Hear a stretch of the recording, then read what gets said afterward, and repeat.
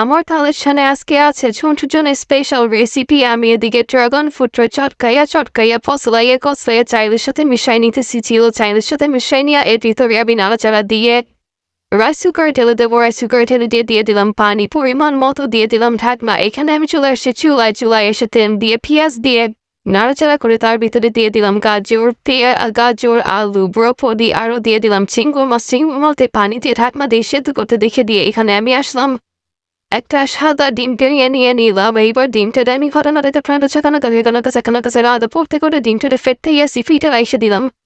তরকারির ভিতরে আমি গিয়ে দেবো একটু চিকেন স্টু দিয়ে নাড়াচাড়া করলে আমার তরকারি রেডি। এখন আমার দেখেন ভাতটা, ওরে বাবা রাঙ্গা ভাত আমি মাইপা নিয়ে আসছি।